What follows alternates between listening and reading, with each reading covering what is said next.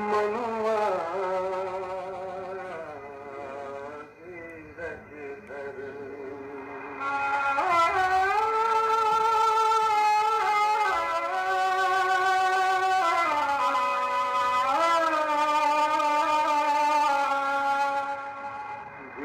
धीरज धर। दिल से देते चलो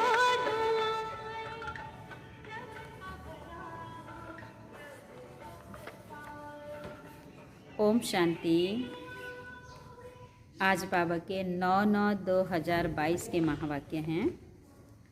बाबा ने कहा, मीठे बच्चे, जब तक जीना है तब तक पढ़ना है, सीखना है।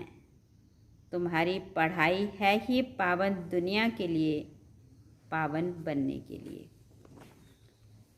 आज बाबा ने प्रश्न पूछा, बाप किस गुण से बच्चों को आप समान बनाने की शिक्षा देते हैं? तो बाबा ने उत्तर दिया, बाबा कहते, बच्चे, जैसे मैं निरहंकारी हूँ, ऐसे तुम बच्चे भी मेरे समान निरहंकारी बनो। बाप ही तुम्हें पावन बनने की शिक्षा देते हैं। पावन बनने से ही बाप समान बनेंगे। आज मुरली में दूसरा प्रश्न भी है। दूसरा प्रश्न है बाबा का, जब बुद्धि अच्छी बनती है तो कौन से राज बुद्धि में स्वतः बैठ जाते हैं? उत्तर है, मैं आत्मा क्या हूँ, मेरा बाप परमात्मा क्या है, उनका पाठ क्या है, आत्मा में कैसे अनादि पाठ भरा हुआ है जो बजाती ही रहती है। ये बातें अच्छी बुद्धि वाले ही समझ सकते हैं। आज मुरली में गीत बजा, धीरज धर मनवा धीरज धर, तेरे सुख भरे दिन आएंगे। ओम शांति। बेहद का माँ बाप मिला तो धीरज मिला। किसको? आत्माओं को व जीव आत्माओं बच्चों को। आत्मा एक छोटी सी बिंदी है। दुनिया में एक भी मनुष्य नहीं जिसकी बुद्धि में हो कि आत्मा एक बिंदी मिसल स्टार है। तुम जानते हो कि हमारी इतनी छोटी सी आत्मा में 84 जन्मों का 5000 वर्ष का पार्ट है। दूसरी आत्माओं में इतना पार्ट भरा हुआ नहीं है। देवता घराने की आत्माओं में ही 84 जन्मों का पार्ट या 5000 वर्ष का पार्ट भरा हुआ है, दूसरी आत्माओं में नहीं है। मनुष्यों की बुद्धि कितनी कमज़ोर हो गई है जो समझती नहीं है। परमात्मा के लिए तो नहीं कहेंगे कि वह 84 जन्म व 84 लाख जन्म लेते हैं। नहीं, तुम बच्चे जानते हो इतनी छोटी सी आत्मा में 84 जन्मों का अविनाशी पाठ नूंदा हुआ है। उसको कुदरत कहेंगे ना। कितनी छोटी सी बिंदी आत्मा है जिसमें सब जन्मों का अविनाशी पाठ नूंदा हुआ है। ये कभी मिटता नहीं है, मिटने वाला भी नहीं है। कितना भारी बंडर है। तुम्हारे में भी कोई हैं जो इन बातों को जानते हैं फिर भूल जाते हैं। ये धारण करना है औरों को समझाने के लिए। किस लिए धारण करना है? औरों को समझाने के लिए। बाप परमपिता परमात्मा को कर्ण करावन हार कहा जाता है। वह भी करते हैं सिखलाने के लिए। उनको निराकार निरहंकारी कहा जाता है। उनका अर्थ भी कोई समझ ना सके। ये गुण बच्चों को ही सिखलाते हैं। बच्चों को भी ऐसा निरहंकारी बनना है। ज्ञान सागर है तो ज्ञान भी सुनाना पड़े ना। पतित पावन हैं तो जरूर आकर पतितों को ही शिक्षा देंगे पावन बनने की। जैसे सन्यासी शिक्षा देते हैं सन्यास करवाने के लिए, ये भी 5 विकारों का सन्यास करना है। पतित पावन ही आकर शिक्षा देंगे, नहीं तो हम पावन कैसे बने। गाया भी जाता है, जब तक जीना है तब तक सीखना है, पढ़ना है। स्कूलों में तो ऐसे नहीं कहा जाता है, उसमें तो इसी जन्म में पढ़ाई की प्रारब्ध भोगनी है। यहाँ तो कहा जाता है जब तक जीना है तब तक पढ़ना है। संगम युग पर बाबा कहते जब तक जीना है तब तक पढ़ना है, अंत तक फिर कर्मातीत अवस्था को पाना है। आत्मा को योग से ही पवित्र बनना है। जितना योग में रहेंगे तो तुम्हारी आत्मा गोल्डन एज में जाएगी, फिर आयरन एज में ना आत्मा को ना शरीर को रहना है। हम पढ़ते ही हैं पावन दुनिया में जाने के लिए। ये ऐसी गुह्य बातें हैं जो कोई कब समझा ना सके। और तो मनुष्य क्या क्या करते रहते हैं। साइंस घमंडी कैसी कैसी बातें बताते हैं। स्टार मून पर भी जाने का पुरुषार्थ करते हैं। तुम समझते हो इनसे कोई जीवन मुक्ति नहीं मिलती है। करके अल्पकाल क्षण भंगुर सुख मिलता है। एरोप्लेन से सुख भी मिलता है तो दुख भी मिलता है। कल एक्सीडेंट हो जाए तो दुख होगा ना। स्टीमर डूब जाता है, ट्रेन का एक्सीडेंट हो जाता है, बैठे बैठे भी मनुष्य हार्ट फेल हो जाते हैं। सुख धाम तो है ही अलग, वहाँ ये सब बातें नहीं होती। वहाँ जीवन का सदैव सुख है, वहाँ सदैव सुख ही सुख है। इस दुनिया में जो भी सुख है वह है ही अल्पकाल काग विष्टा के समान। तुम बच्चों को अभी बहुत अच्छी बुद्धि मिली है। मैं आत्मा क्या हूँ, मेरा बाप परमात्मा क्या है, उनका पार्ट क्या है, हमारा क्या पार्ट है, सारा बुद्धि में राज है। तुम बच्चों में भी सबके 84 जन्म नहीं कहेंगे, सब थोड़ी सत्युग में इकट्ठे हो जाते हैं, इसलिए सबके पूरे 84 जन्म नहीं कहेंगे। चंद्रवंशी में भी पिछाड़ी तक आते रहेंगे, वृद्धि होती जाएगी। जन्म थोड़े होते जाएंगे। ये विस्तार की बातें हैं। बूढ़ियों को पहले अलफ बे पक्का कराना है। अलफ माना बाबा, बे माना बादशाही। ये तो बिल्कुल राइट बात है ना। स्वर्ग की बादशाही थी, भारत सारे विश्व का मालिक था और कोई का राज्य नहीं था। जो रुद्र की माला बनती है वही फिर विष्णु की माला बन जाती है।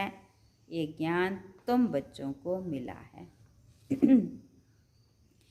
आत्मा क्या है, परमात्मा क्या है, उनका रूप क्या है, क्या साइज है, ये सब बातें अभी तुम्हारी बुद्धि में हैं। कितनी छोटी सी आत्मा है। परमात्मा को भी भक्ति मार्ग में बहुत मेहनत करनी पड़ती है। द्वापर से कलयुग अंत तक अथवा संगम के अंत तक कहेंगे उनका पाठ चलता है। ये सब तुम जानते हो। तुम कहेंगे ये सब कल पहले भी हुआ था, आज से 5000 वर्ष पहले भी हुआ था। एक अखबार में रोज डालते हैं 100 वर्ष पहले क्या हुआ। 100 वर्ष की बात तो सहज है, अखबारों से झट निकाल बताएंगे।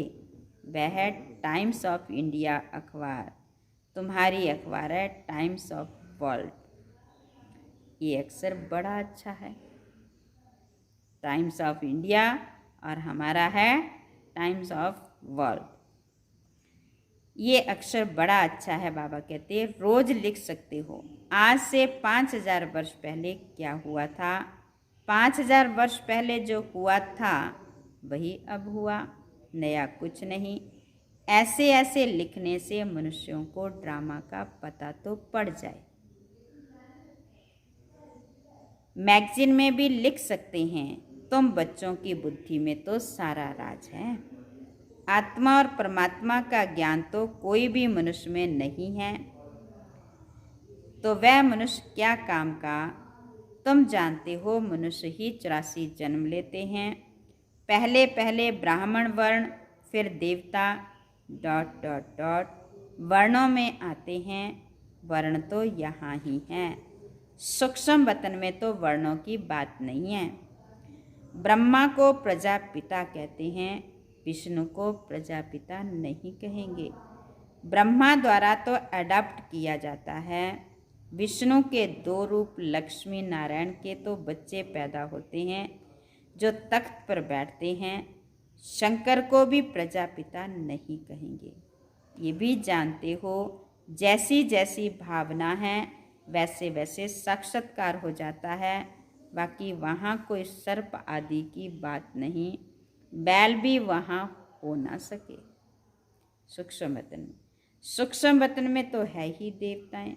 सूक्ष्म वतन में जाते हो, बगीचा फल आदि देखते हो, क्या वहाँ बगीचा है? सूक्ष्म वतन में बगीचा है क्या? बाबा साक्षात्कार कराते हैं, बाकी है नहीं। बुद्धि कहती है वहाँ सूक्ष्म वतन में झाड़ आदि हो ना सके, ये जरूर साक्षात्कार होता है। साक्षात्कार भी यहाँ का कराएंगे। ये सब साक्षात्कार, इनको जादूगरी का खेल कहते हैं। ये सब हैं साक्षात्कार, इनको जादूगरी का खेल कहते हैं। ये कोई ज्ञान नहीं है। मनुष्य को बैरिस्टर बनाते हैं, वह कोई जादू नहीं कहेंगे, वह विद्या देते हैं। ये तुम्हारे को मनुष्य से देवता बनाते हैं नई दुनिया के लिए, इसलिए जादूगरी कहा जाता है।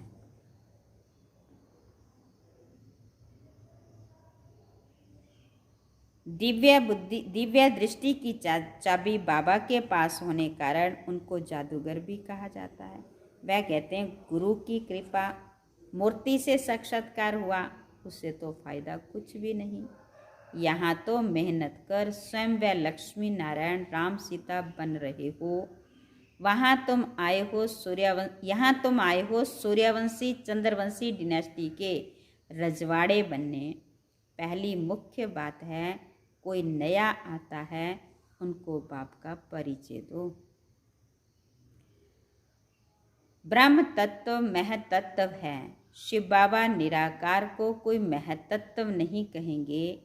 एक एक अक्षर का अर्थ है। तुम ईश्वरीय बच्चे हो, ऐसे नहीं कि सब ईश्वर के रूप हैं। बच्चे हैं ना कि रूप। ये बाप बैठ समझाते हैं। बाकी साक्षात्कार आदि की तो चिट चैट है, इनकी आश नहीं रखनी चाहिए। समझते हैं अब खुद बाबा आया है तो साक्षात्कार करा देवें, परंतु ये सब है फालतू। फिर साक्षात्कार ना होने से ना उम्मीद हो, पढ़ाई छोड़ देते हैं। साक्षात्कार में प्रिंस को देखते हैं तो समझते हमको ये बनना है, खुशी हो जाती है। बहुत करके प्रिंस का भी साक्षात्कार होता है। अगर विचार किया जाए तो मुकुटधारी तो सब बनने हैं। मेल फीमेल में फ़र्क नहीं रहता है। सिर्फ फीमेल को लंबे बाल हैं, थोड़ा शक्ल में फ़र्क है। आत्माएं कितनी हैं, एक का नाम रूप नाम मिले दूसरे से। सत्ययुग में बाबा कहते वैसे तो कोई फ़र्क नहीं रहता मेल फीमेल में, फिर भी बाबा कहते थोड़ा सा फ़र्क रहता है। फीमेल के बाल लंबे होंगे, थोड़ा शक्ल में फ़र्क होगा।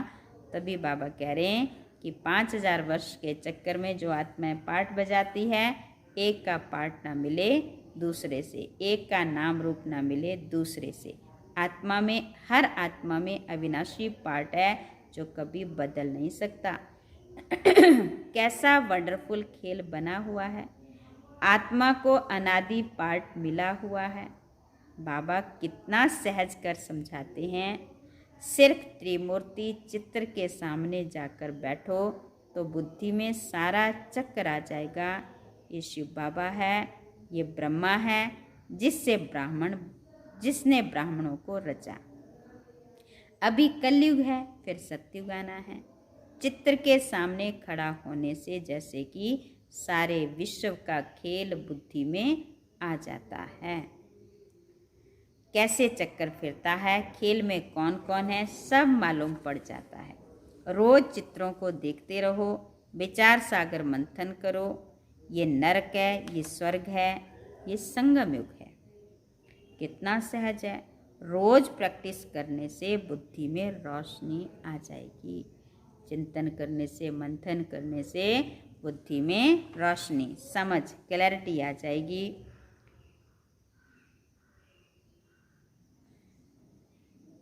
लक्ष्मी नारायण राधे कृष्ण के लिए भी लिखो। ब्रह्मा द्वारा सतयुग का वर्षा मिलता है, लक्ष्मी नारायण को ये प्रारब्ध कैसे मिली?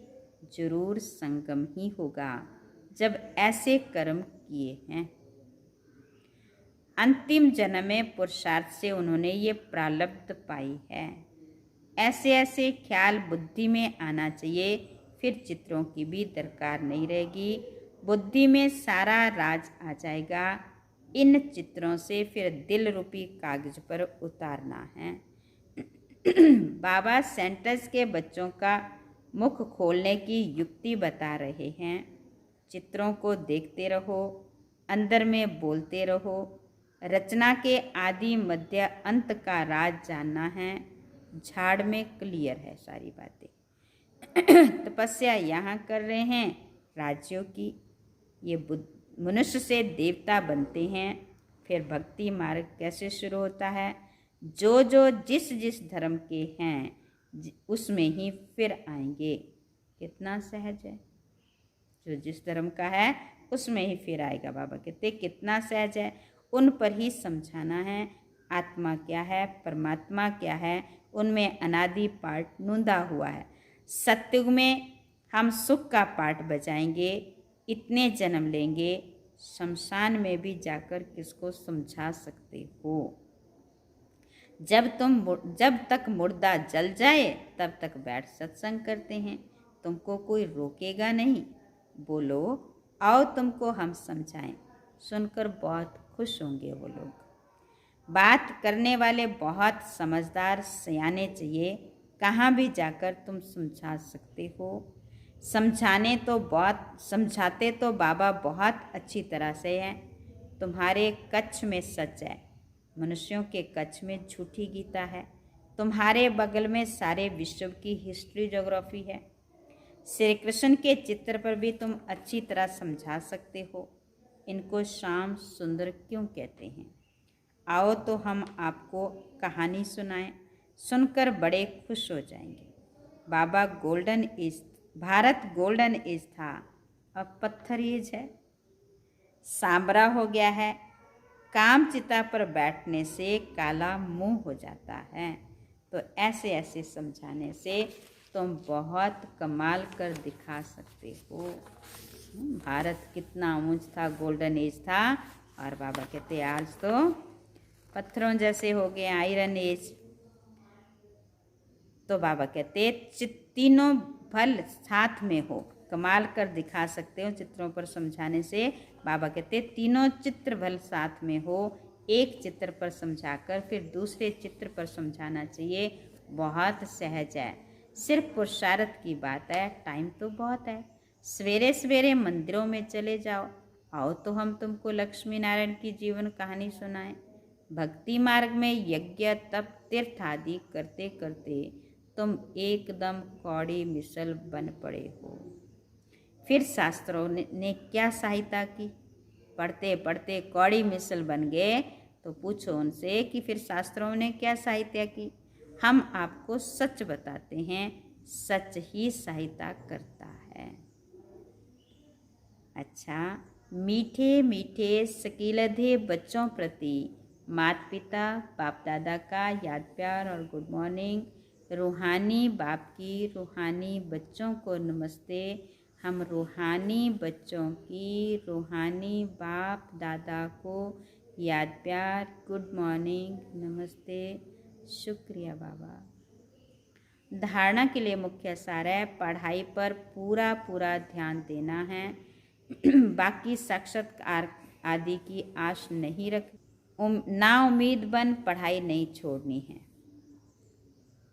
दूसरा है, चित्रों को देखते विचार सागर मंथन कर हर बात को दिल में उतारना है। राजयोग की तपस्या करनी है। वरदान, अपने मस्तक पर सदा बाप की दुआओं का हाथ अनुभव करने वाले विघ्न विनाशक भव। विघ्न विनाशक वही बन सकते जिनमें सर्वशक्तियाँ हो, जो सदा ये नशा रखो कि मास्टर सर्वशक्तिवान हूँ। सर्व शक्तियों को समय पर कार्य में लगाओ।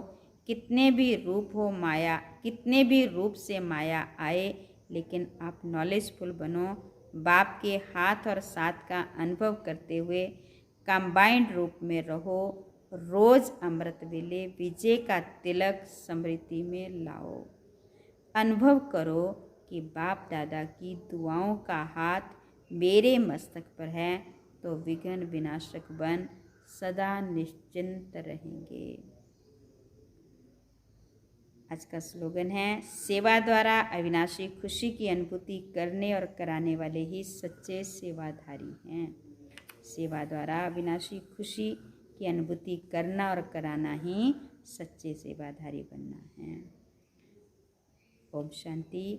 तो आज की मुरली थी बाबा की। आज विशेष सुंदरनगर के बाबा के इस घर में मधुबन से विशेष गीता बहन जी और हमारे मोनिका बहन जी आए हुए हैं। यहाँ बाबा के घर में विशेष आज बाबा के बच्चों के साथ मधुर मिलन, मधुर मुलाकात की और विशेष उनका यहाँ आना हुआ, इसलिए हम अपनी तरफ से इनको बहुत बहुत थैंक्स देते हैं कि आप बाबा के घर में आए। हम बाबा के बच्चों को खूब अच्छे से बहलाया, ज्ञान रत्नों से सजाया, इसलिए दिल से आपका शुक्रिया। ओम शांति।